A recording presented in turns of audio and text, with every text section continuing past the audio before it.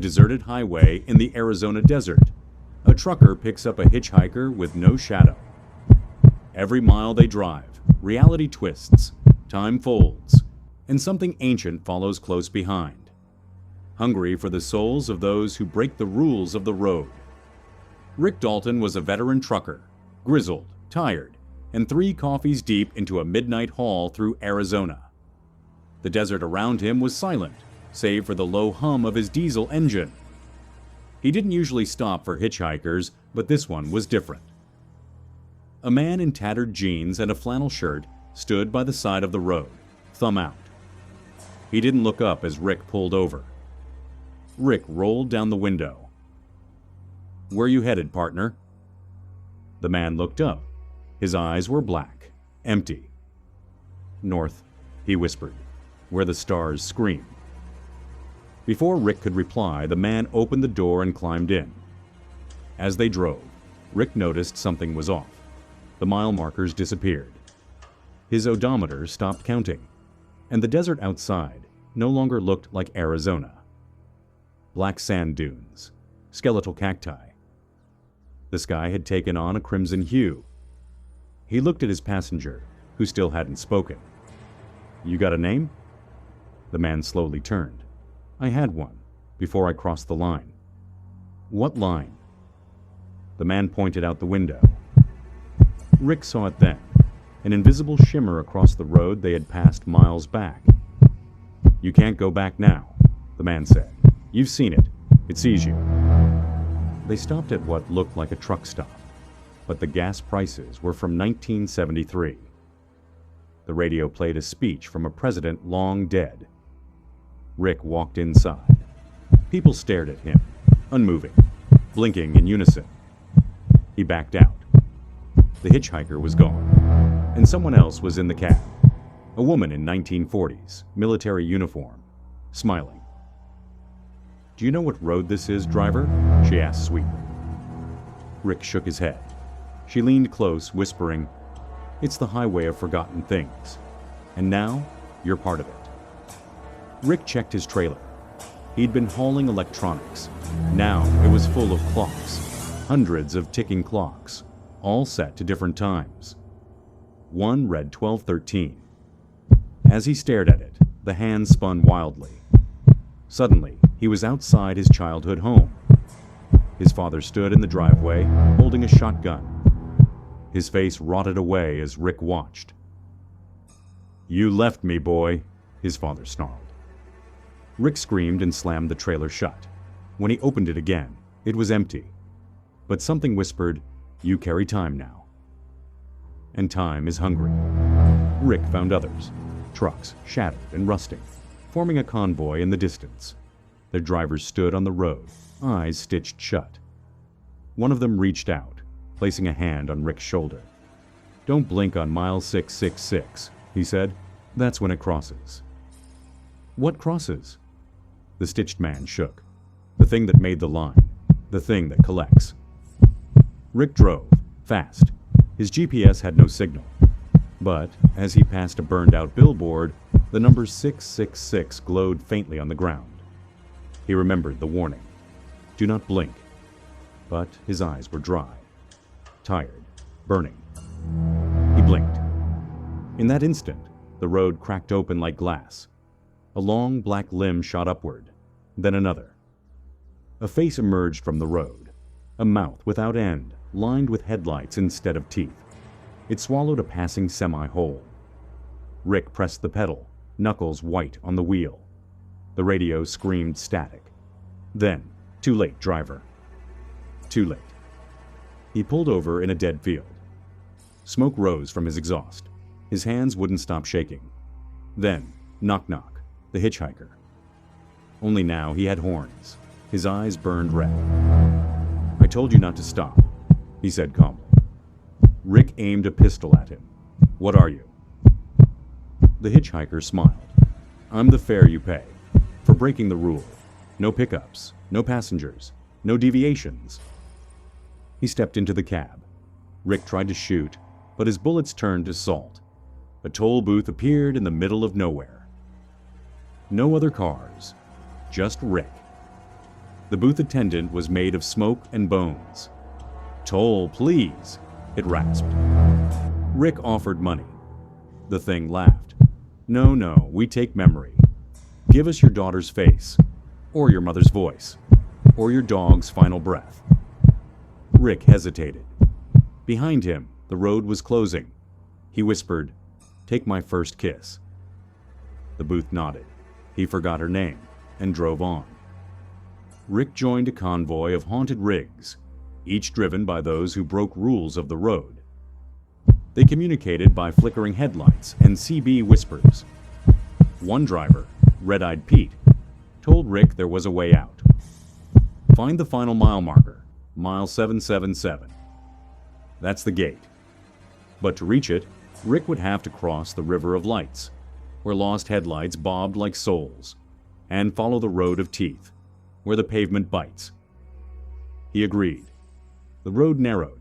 Rick's truck sputtered, the fuel gauge spinning. Up ahead, a single post with 777 etched in blood. Beyond it, a tunnel of stars. He pressed forward. The stars screamed. Voices of the dead filled the cab. They warned him. Don't leave the truck. Don't look in the mirror. Don't answer the phone. His phone rang, his daughter's voice. "Daddy, come home," he cried, but didn't answer, and drove on. Rick escaped the highway, but he can't stop driving. His wheels turn even when he sleeps. He delivers memories now, to towns that don't exist. If you see him, salt-stained windshield, burning headlights, red-eyed passenger, do not wave, do not follow. Because if Rick Dalton sees you, you'll find yourself on the highway of shadows, and there's no exit ramp. On a long haul through the Appalachian backroads, a trucker fills up at an old gas station that shouldn't exist. From that moment on, his engine hums with voices. The mirrors show places he hasn't been. And each pit stop leads him deeper into a nightmare, fueled not by diesel, but by something ancient and alive. Nathan Griggs had driven for 22 hours straight. Bleary-eyed and low on fuel, he turned off the main highway onto an unnamed gravel road that his GPS didn't recognize. Just when he was about to turn back, an old gas station appeared through the mist, its neon sign buzzing faintly. Eli's Filler Up. Something about the station felt off. It looked faded, but not abandoned. Clean, but untouched by time. He pulled in. An old man in a brown apron shuffled out. "You'll want the green pump, premium blend," he said, smiling too wide. Nathan shrugged. Beggars couldn't be choosers. He filled the tank and heard it. A whisper from within the nozzle. "Let us ride." Back on the road, Nathan noticed the engine sounded different. Smoother. Too smooth. The radio crackled with whispers instead of music. At first he thought it was just interference. But then the voices started calling his name. "Nathan, Nathan Griggs, you've been chosen." He shut the radio off. The whispers didn't stop. They were in the engine now, in the gears, in the fuel. His map showed no towns for 60 miles, but a glowing sign up ahead read, "Welcome to Still Hollow." Population. One point he stopped. The town was silent. Empty buildings, dusty windows. Every house had a light on, but no people. Then the truck's horn blared, on its own. In the reflection of a storefront, he saw himself, and behind him, in the cab, hundreds of eyes. His mileage improved dramatically. He drove hundreds of miles without stopping for gas. But the tank never emptied. He opened the cap one night to check. Inside there was no fuel, just dark liquid, churning like it was breathing. A hand reached out, just for a moment, before vanishing back into the depths. The truck groaned. "Keep driving," it whispered from the dashboard.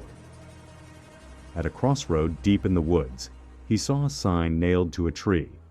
"Pick your route, regret, revenge, or return." He took the middle. Fog enveloped the rig. He emerged on a broken road lined with photos nailed to posts. Photos of dead people. One of them was him, taken from behind, dated yesterday. The CB radio lit up on its own. "Breaker, breaker," a voice said. "Old, hollow, not human. You've got cargo. You didn't ask for it, but it's yours now." Nathan looked in the rear view. The trailer door was wide open. Inside, a spiral staircase descended into black. He slammed the brakes. A hand reached out of the stairwell, beckoning. The truck wouldn't move. He finally found another rest area. It was full of truckers, but they didn't speak, didn't move. They stood around their trucks, in a perfect circle. In the center, a pit. The pit breathed. One by one, the truckers tossed in their keys. The last one, red-haired Marla, looked at Nathan. "If you keep your keys, it drives you. Forever. No stops, no sleep, no salvation." Nathan kept his keys. At night, the truck drove itself. Nathan awoke one morning with the rig parked outside his childhood home. But it had burned down years ago. Inside the truck, photos had appeared. From his past, his secrets. One photo showed him standing over a body. Bloody. Familiar. He didn't remember it. The truck whispered, "We do." He found the gas station again. Eli was still there, smiling. "You want out?" Eli asked. "You gotta drain it." "Drain what?" Nathan asked. "The fuel, the whispers, the passengers." He handed Nathan a long, twisted siphon tube. "Start with yourself." Nathan hesitated. The truck growled behind him. He looked at his reflection. He no longer casts a shadow. The final stretch. The road was gone. Just black sky and a line of light ahead. The truck pulled toward it, wheels skimming the void. The whispers chanted now. In unison. "We remember, we ride, forever." Nathan had one choice. Jump or ride into eternity. He jumped. He woke up on a bench. Daylight. A normal gas station. His truck? Gone. No one remembered him. But sometimes, late at night, truckers hear a rig roar past with no driver. And if they follow it, they find a green pump. Still whispering, still hungry.